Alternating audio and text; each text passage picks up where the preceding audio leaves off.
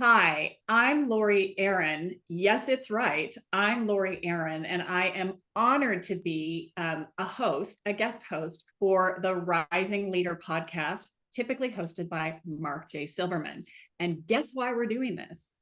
I'm hosting to interview Mark on his new book, The Rising Leader Handbook. And I'm going to interview him about all the goodies and all the intel he's going to be putting into the world. So, with that as a setter or a header, hi, Mark.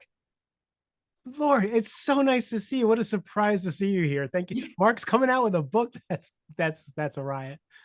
Right, right. I have to say, Mark, as we get started, I loved this book and I saw myself in every point, every story, every capture that you had. And I'm super excited to talk with you today about it. And I want to tease out for your listeners and potential readers all the goodies and what's behind the goodies. So are you ready to dive in? I'm totally ready to dive in, and I'm a little nervous. So because I don't know if there is a more thorough, insightful interviewer. So I appreciate this. Oh, well, thank you. I'm honored to do it. I feel there's so much synergy between the work that we get to do in this world and who we Mm. serve that I'm there's not a lot of things that get me really excited these days, and this one does. So let's jump in. I think when I read your book, I found the focus is really on, thriving in life and in leadership and changing situations for the better. I mean, who doesn't suffer from that from time to time?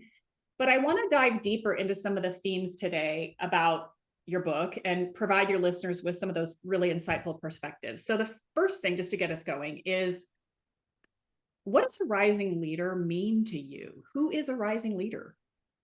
So for my purposes, a rising leader is anybody who is moving up through the organization.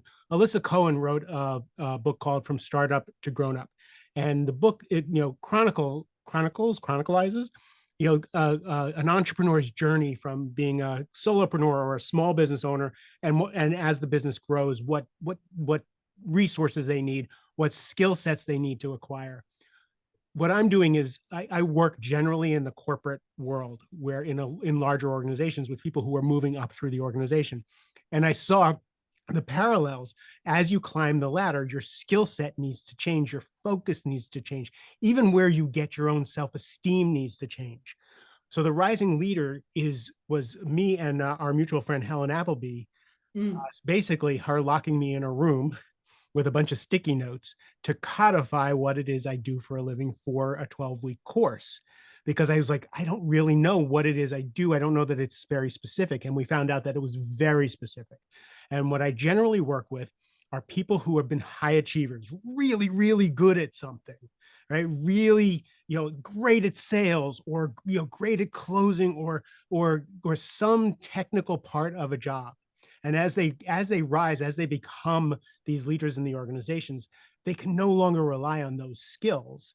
And they Yeah. now have to rely on success through others, influencing skills, enrollment skills, right? And then their temperament also needs to change. When you're lower in the organization, you can have a bit of a temper. You can have a it's their problem, kind of Yeah. mentality, and get away with it. As you rise, as you become on the leadership team, it's now we. You're now them, and it's now we. So we codified what it is I do with these leaders who rose through the ranks really quickly, but haven't had their maturity and their leadership skills catch up.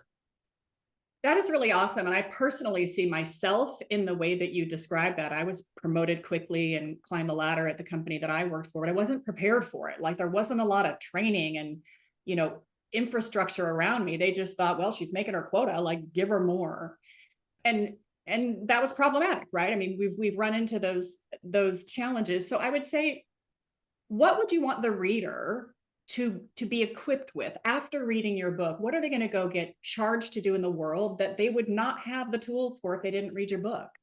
So I just was coaching one of my clients who became CEO of a division of a larger company. And when we first started working together, the in our first meeting, I said, "What is your goal?" And he says, "I want to be CEO of this particular division."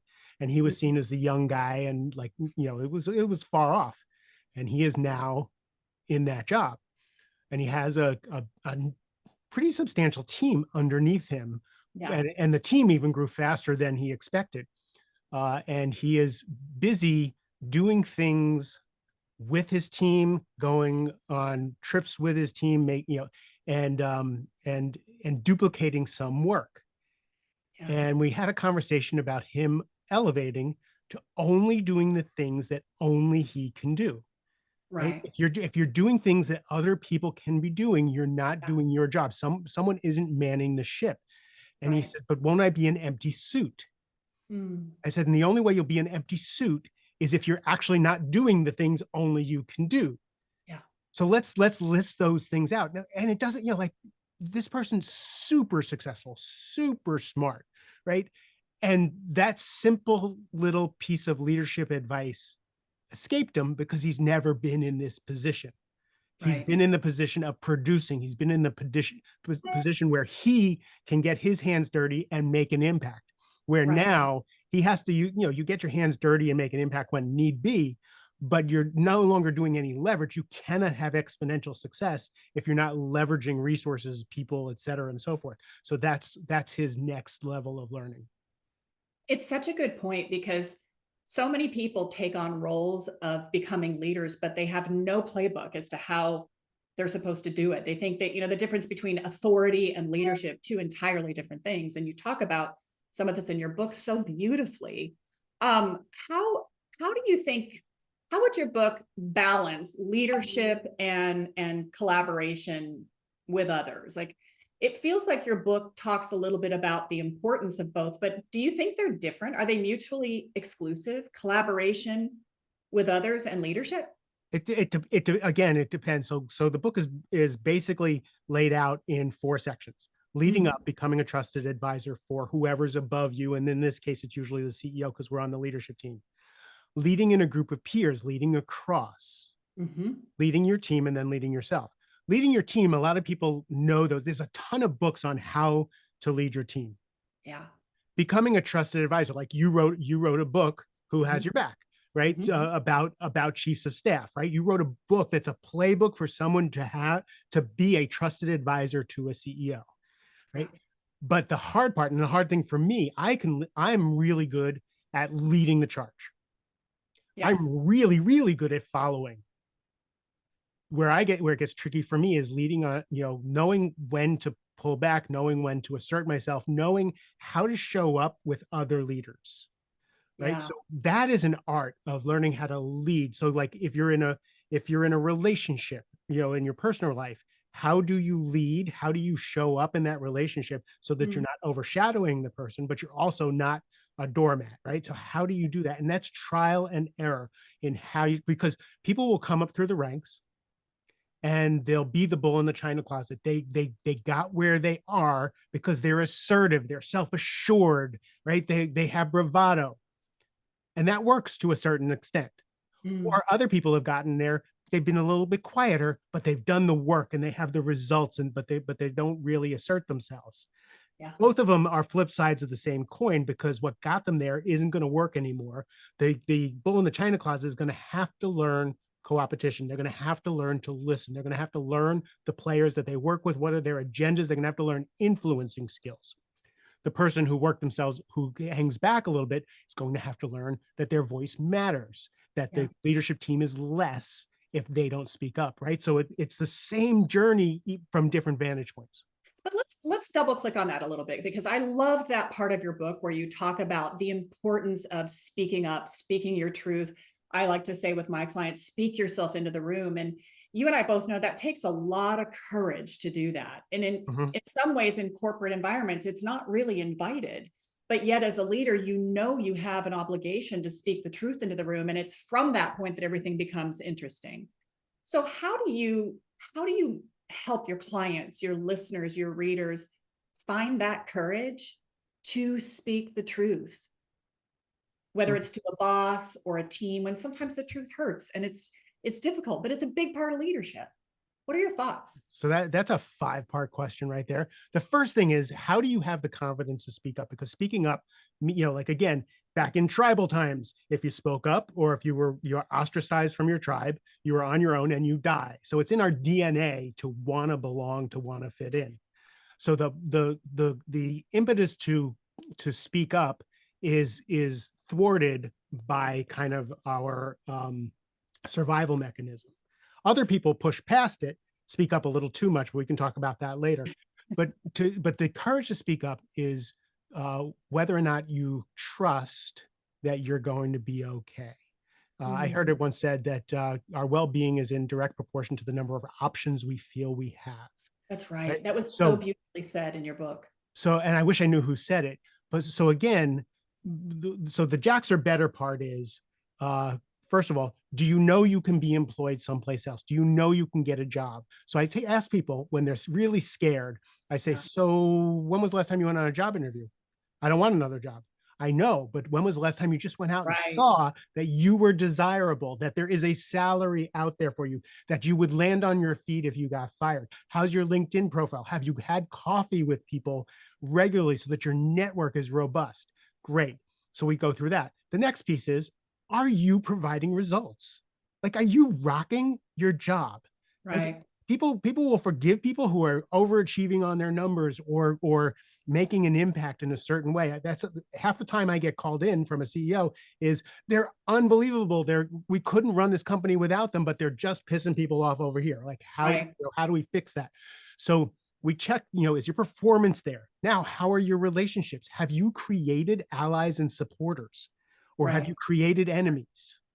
Right? Sometimes you can't help it. People are just in competition, and it's not good. But you can, as Michael Bungay Stanier says in How to Work with Almost Anyone, he says some relationships won't be great, but you can always make them better. So Right. as you're climbing the ladder, are you building supporters? Are you building people who are right in your side? So and then the big thing with being a trusted advisor for me is, when you're talking to your CEO and you have to give harsh feedback, does the CEO know that you have their best interest at heart?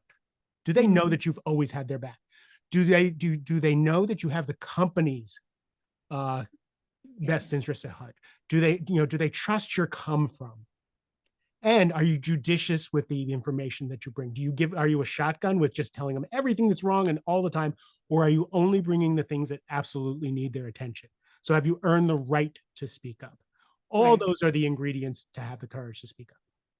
That is so well said. You talk a lot in the book about, at least at the beginning, about the relationship between the leader, in this case, the rising leader, and their boss. And you mentioned different kinds of bosses, the toxic boss or whoever it may be. And so much of, I think, so much of our relationship or feelings about work is the outcome of the relationship we have with our boss. Mhm. You talk in the book about, the boss is the boss. At the end of the day, you may like the boss, you may not like the boss. The boss may be this, he may be that, but he's still your boss. So you, in a beautiful way, you sort of net out what the advice is. Can you share that with your listeners here? Because I thought it was so poignantly laid out in your book.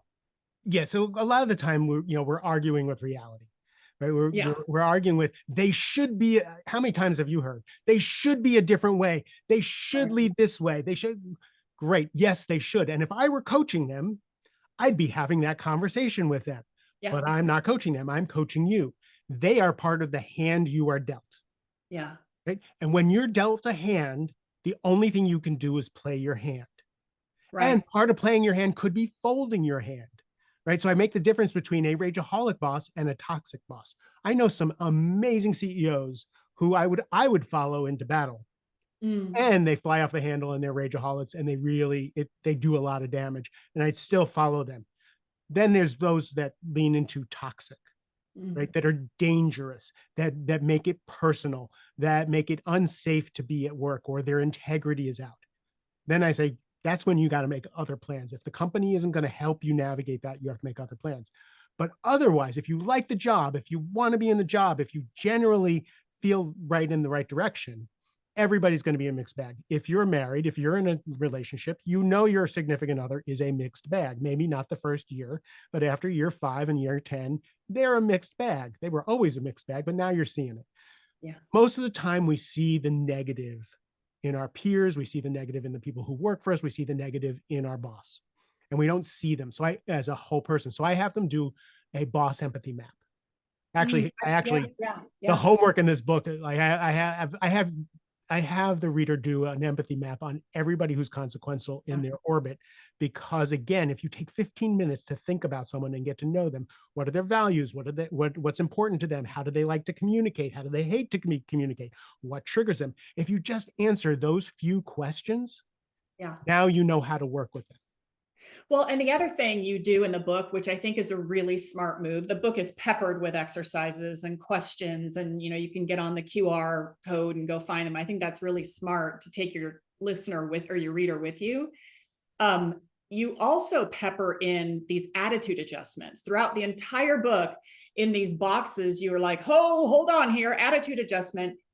And I think it's a really nice way for the reader to go, oh, maybe I'm the problem with the way that I'm thinking about it. Mark gives me so artfully another way to adjust my thoughts. What motivated you to do that? Like, that's a great idea. Talk more about it. The attitude adjustment. Yeah. The attitude adjustment is because in my conversations with clients is, it's, I find myself saying it all the time. You're thinking about it the wrong way. You're Yes. just think you're right. You are totally right about this situation. And there's nothing you're going to do about to change this particular situation. Now, what are you going to do? Right. So again, one of the attitude adjustments is 100% responsibility. You take 100% Yeah. responsibility for everything. Right. But that wasn't my fault. Right. It's not your fault. Totally not your fault. It's now your responsibility because it landed in your lap. So now what are you going to do with your hand that dealt? And now you're in a position of power. If it's not your fault and there's nothing you can do about it, now you're a victim of circumstance. What are there's nothing you can do. You don't have any power. You don't have any creativity. You have nothing. If you say, okay, this fell into my lap. Now it's my responsibility, as the Navy SEALs say, let's work the problem. Now you have creativity. Now you have power. Now you can go gather resources. You can figure it out. My friend Wendy taught me the word fitfo. Figure it Yeah. the fuck out. I never knew that. Figure it the fuck out. Fitfo. Oh, yeah. Oh, Right. yeah. And so that's kind of the attitude adjustment is how can I get myself into a frame of mind where again, it's not because you're a doormat. It's not because you're trying to accommodate. It's how do I become the most effective? How do I become the happiest? How am I most at peace? Right. I use the boss. I use peers. I use the people who work for you. The whole point of the book is so that you become a better person, a more significant person, a more powerful person, a happier person, and a more in relationship person. That's what I Yeah. can. It really sounds like your philosophy behind these rising leaders is rooted in self-reflection, self-awareness, and introspection. And I think we forget too often that we can look inward before we look outward and say, he's a bad guy, or this situation sucks, or what the fuck, right? It's really about looking inside. Is that a philosophy that you have? I mean, The whole thing. It's actually the whole thing. It's again, it's like it's leading up, leading across, leading your team, and then leading you is last. yes, And yes, a intention. bunch of people were like, why wouldn't you put leading you first? It makes sense. Let's work on them first and then go work on their boss or their peers or whatever. Like, no, that's ass backwards. The Yeah, world gives you fodder to work with. The world is your teacher. You can learn more about yourself when someone trashes you in a meeting than if I had you go do a writing exercise. Let someone trash you. I was talking to a client whose boss was just chewing him out left and right, chewing him out, mm, chewing him out. Actually, it wasn't his boss; it was a peer, and he was chewing him out. And my normal thing, I'm the only tens guy. Let's set a boundary. Let's teach them how to treat us. Let's have a conversation with him about what that makes us feel. And I was like, nah, none of that. I said, I want you, by the time we're done with our 6 months together, every time he chews you out, it's going to fall on the floor in front of you because it's not going to touch you. We're going to make it so that you look forward to him chewing you out in front of everybody because it yeah, doesn't bother you. Let's use that as a way for you to be bigger. yeah, It took almost no time when he saw that it didn't matter how someone talked to him. It mattered what he did with it when it hit him. yeah. Changed the game for him. Well, it's like resilience, right? It's such an important part of any leader, and in this case, a rising leader. So maybe can you elaborate on your thoughts around what is the importance of failure and setbacks in the realm of leadership or a rising leader? Oh God, you're talking to someone who doesn't like to fail, right? Mhm. So I'm teaching people what I learn what I'm teaching, and Yeah. that is it's baked in. You're going to fail. You have to fail. Everything that we do that's different than we did yesterday is new to us. Mhm. Everything, every new job, every new recipe. It was so funny. I make sourdough bread. It's one of my hobbies, My favorite. and I'm really gifted at sourdough bread. You've got the starter down. I make ancient grain sourdough bread. And now I'm doing gluten-free sourdough bread. I am a aficionado of sourdough bread. Like the I'm first time coming. I made it, I was like freaking out and calling the person who taught me, why isn't it bubbling? All this stuff. Now I'm an expert. I decided to make sourdough pizza last night, and I've never made sourdough pizza. Yeah. And we decided to invite some neighbors over to have my sourdough pizza because it was going to be a lot of pizza because it was supposed to be a bread. Now it's going to be pizza. Uh, and my husband went out and he went to Costco and he bought two backup meals. Just in case you didn't And I trust. was like, I'm Ooh. like, what are you doing? Right. He goes, well, I said, why are you undermining me? He goes, well, you've never made this, but I'm like, yeah, we'll be fine. You're irritated. Like we were laughing so hard. I'm like, this is the most irritated I've ever been at you because I'm nervous as hell. Like I'm going to screw this up for these people. But in order for me to learn how to make sourdough pizza, that had to have sucked. And it would have been just fine and dandy. Turned out amazing. Like it turned out so good. We're never going out for pizza again. Oh Uh, my gosh. but when you're trying something new, you're going to fail. You're going to do it wrong. When you do your first, annual review to someone, and you're a little too harsh, or you're a little too soft, or it didn't go down well, or they quit, or something. It's a learning experience, right? And what I try and tell my clients is like, none of you are brain surgeons. Like, no, you push papers around, you push money around. Yes, it's billions of dollars, but you're not brain surgeons. If you make a mistake, the patient ain't gonna die. So Yeah. like let's put things into perspective so that you are okay to make mistakes. And that's the same thing when we teach leaders to delegate and when we teach people to empower, right? It's baked in. They're going to make mistakes. They're not going to do it as well as you did it. Eventually, some people do it way better than you did, but you have to allow for that and give them things that are not going to take the company down, right? Where they can make mistakes so that, again, with kids, with teenagers, with everybody's got to fail to grow.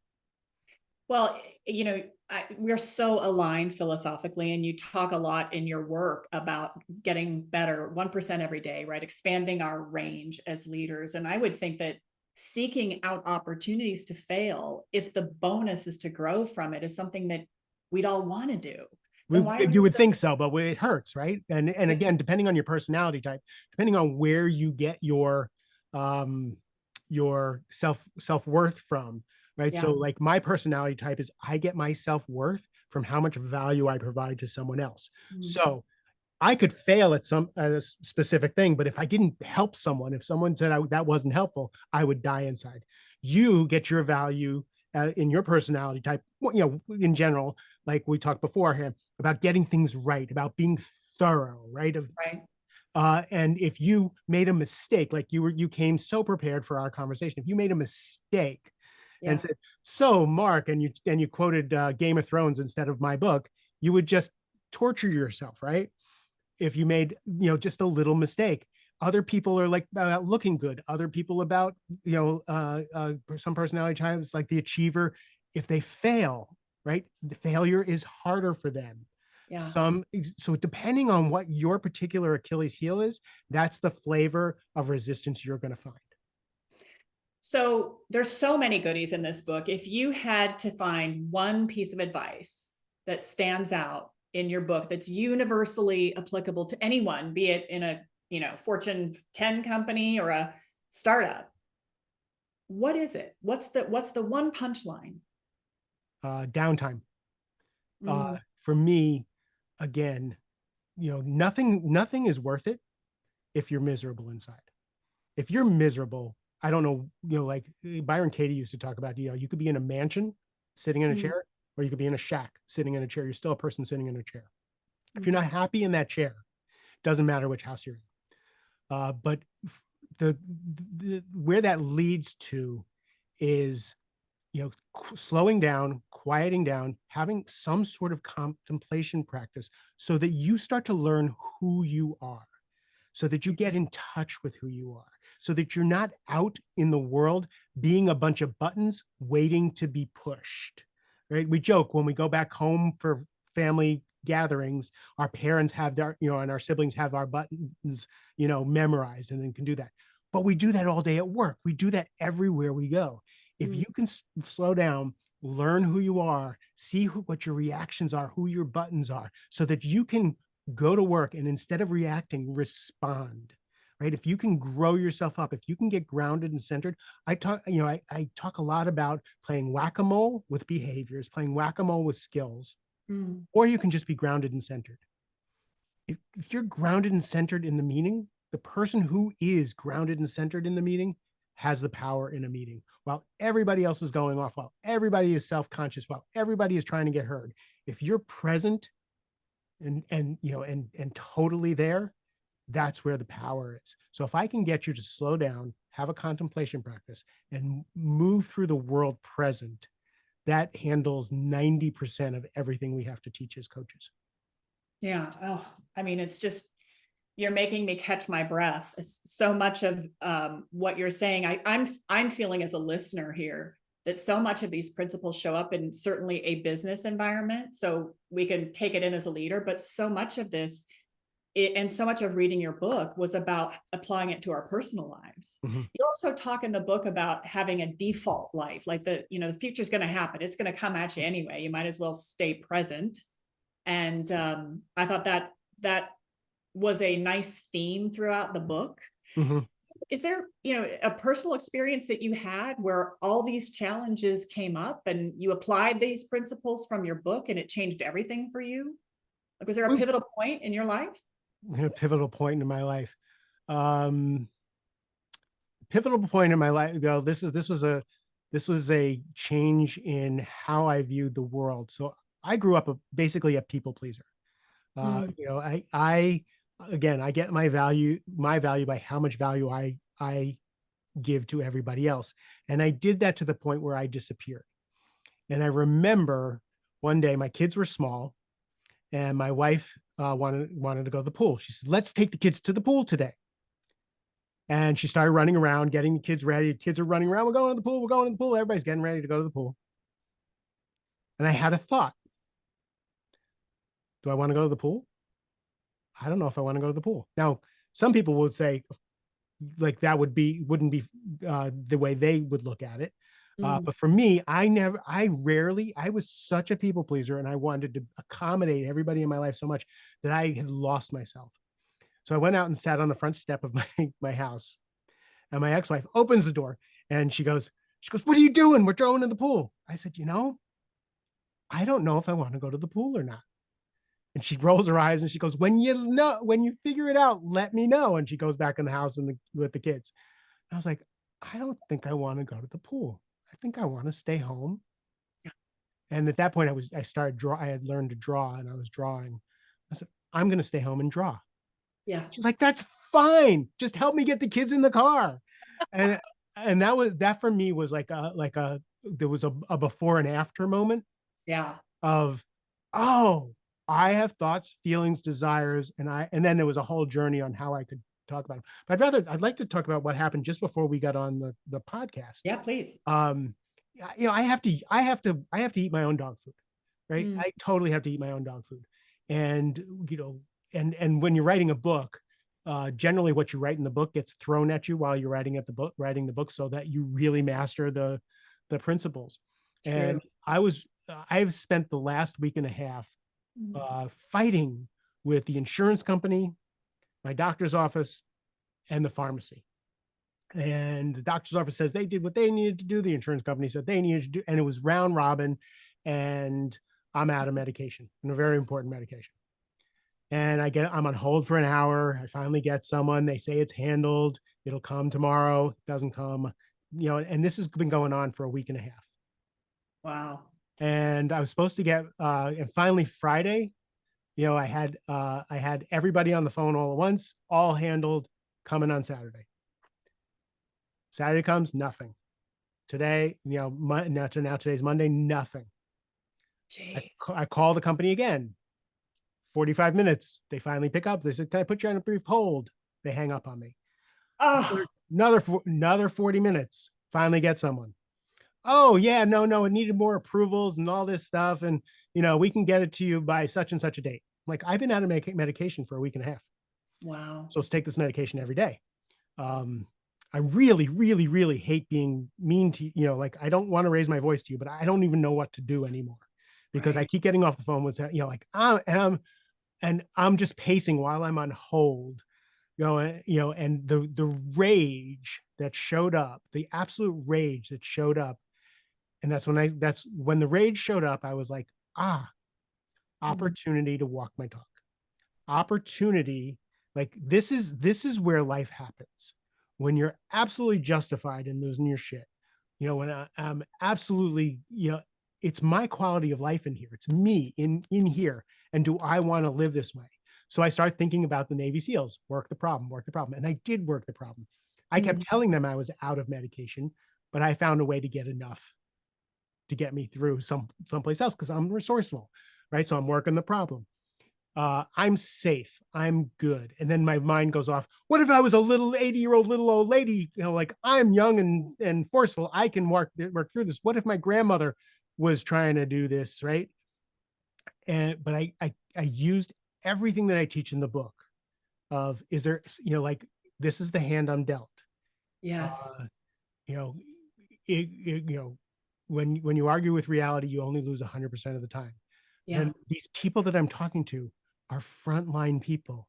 They Yeah. are not, they're just reading notes, and the people were lying in the notes to cover their ass, and they'd read the notes. I'm like, that's not what happened yesterday, right? Like, they wrote something completely different, and I just worked my way through it each step of the time, feeling my feelings, not suppressing them, allowing them to work through. Yeah. And then finally we got to resolution. Mm. I don't know that it's resolved. She said it's resolved. We'll see. 5 other people said it was resolved. But again, I remind myself, I'm safe. Yeah. I'm good right here. Yeah. Right? I'm going to be talking to Laurie soon. So I Mm. breathed. I got myself a cup of coffee. I put on a little Chris Stapleton, a little Teddy Swims. Had a little party here before we got on, and I fixed myself to show up professional, show up, in a good state of mind. That happens all day, every day for all of us, Yeah. right?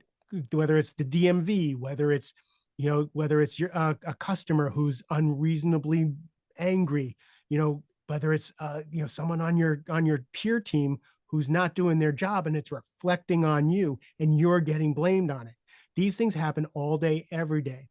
And how do you work through the emotional triggers so that Yeah. you can be at your best to handle the situations, and, as the Navy SEALs say, work the problem? And that's the whole book, is about using all those things that Yes. throw us off our game to get back on our game, and back on our game stronger.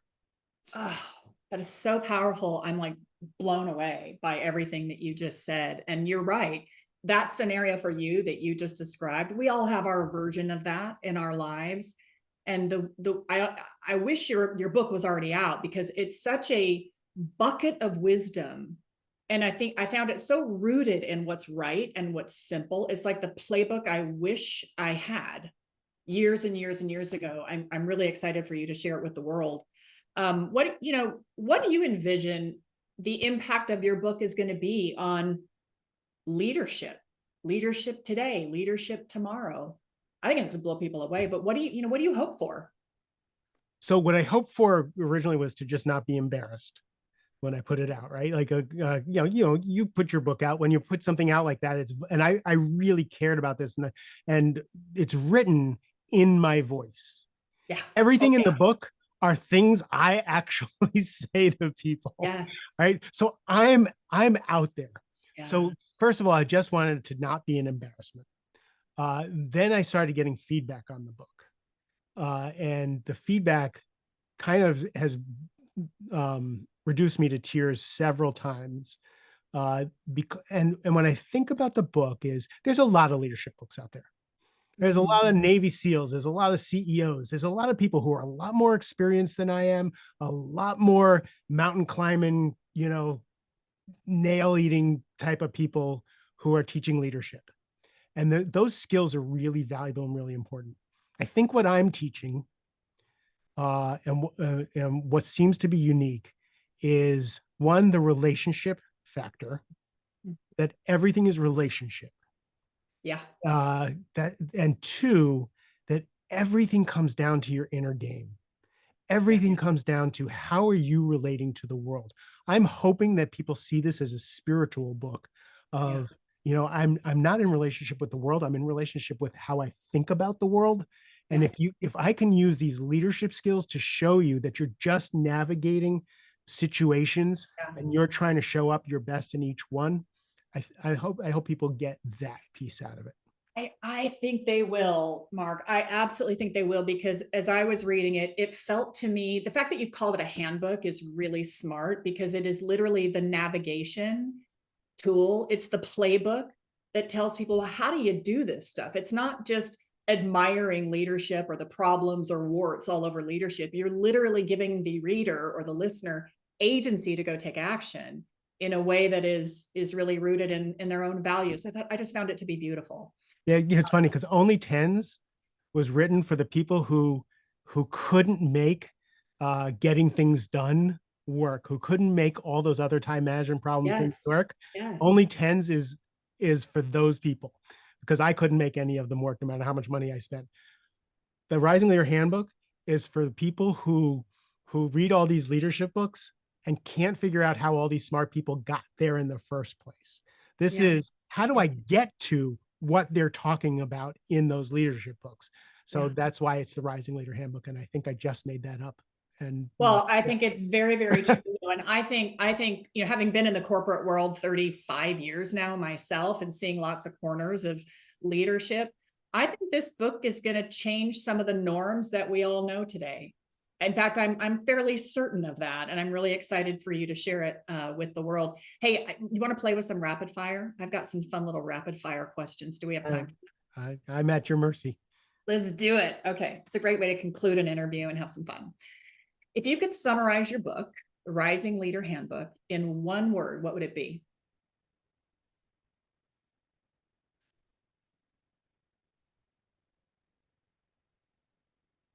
Mm, wow, that's great.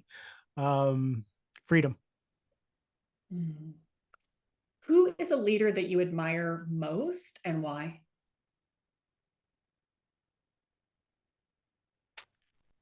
John Stewart, in a particular situation, John Stewart fought for years to get the 9/11 first responders benefits and to move Congress. And the way he did that, the way he stuck to that, and the way his heart, like he led with his heart on that. Uh, and it was nonpartisan. It was just, he cared about these people, and the way he got that legislation pushed through was, to me, one of the greatest leadership things I've ever seen. That's beautiful. I'm a huge fan. Um, what is one habit that you believe every leader should develop? Self-reflection. Yeah. If you weren't writing books, Mark J. Silverman, what would you be doing? Baking bread. Clearly, selling bread. I am I could I see am I another am career gifted for at you. two things: baking bread and throwing axes. I can throw an axe like nobody's business, which I had no idea. Is But this the now same guy? Is this the yeah, same guy who's making bread and throwing it? yeah, no, I can. And apparently I've never played Oh, darts, and apparently I'm really good at darts too. The first time I ever played darts, by the third game, I was beating everybody, and nobody knew what was going on, including myself. So, you and Ted Lasso. All right. Two more questions on the fly here. You kind of rewrote your own version of the Serenity Prayer in your book. Can you share it with your listeners? I don't remember what I wrote. Oh, I actually don't remember what I wrote in the Serenity Prayer. okay. Well, we'll come back to that, and it's a recording, so we'll come back to that in a minute. Last question. What is the best piece of leadership advice that you've ever received that we can share with your rising leaders? Hmm. Oh, share share your what was it? Share your scars, not your open wounds. Mhm. For me, because I'm a kind of a heart on my sleeve kind of person, and Yeah. I was, people said this person who told me this, they said, I really appreciate your vulnerability and your realness, but that makes the team nervous. Uh, Wow. Now, sharing your scars, I really had to deal with this. I had to deal with that. I've overcome this. That's helpful. Now, it's not lying or suppressing. If you're going through something in your personal life and you don't want people to feel like it's their problem too, like you can say, you know what, I'm going through something personal. That's why I'm out of sorts or whatever. But they like don't don't wear your um lack of self-confidence. Don't wear all those things on your sleeve. Tell people what you've worked through, and don't give them unnecessary people who, because people in leadership, they want you to be vulnerable, but they also want to know you have, like you've got this. Yeah, the confidence. I think that's beautiful. That's beautiful. All right, let's just pause for a minute because I want to get that serenity prayer question to you. You don't remember writing this? I do remember writing it, and I I remember thinking it was clever and true, Oh, it was so but on good. the Here, spot, here it is. My ADD is off the All chart. right, I'm gonna read it to you for your Thank you. listeners, and I'm just gonna ask you to say what triggered this for you, man, because it's so powerful. And you're so prepared, Laurie. So thank you. Yeah. So yours is my work version of the AA serenity prayer says, God grant me the serenity to accept the things I cannot change, the courage to change the things I can and want to do, and the wisdom to not take the bait. Oh, Man, tell me where that came from because it is so good. right. Again, because I watch people take the bait all day, every day, and Yeah. it just leads them down the rabbit hole. Right. So, uh, yeah, it's basically like, how can you stay grounded and centered in all situations? Because Yeah. that handle, like, you don't have to memorize. If you can stay grounded and centered, you don't have to memorize how to negotiate. You don't have to memorize how to give feedback. You don't have to memorize how to do anything. Like, if you're grounded and centered, you'll Mm. just show up with some inner wisdom, and surprise yourself. And your book is full of inner wisdom, man. I wish you all the success. I know I'm going to buy this for every one of my clients. I cannot think of a leader in a corporate environment that wouldn't benefit from this. It should be an entry level, a book that every entry level leader takes with them on their entire journey. And I wish you the most success. Remember us little people, Mark, when you hit that big time, remember us little people. Way to go, man. Thank you. And thank you for doing this, Laurie. I really appreciate it. With pleasure. All right, I guess I'm going to close the show.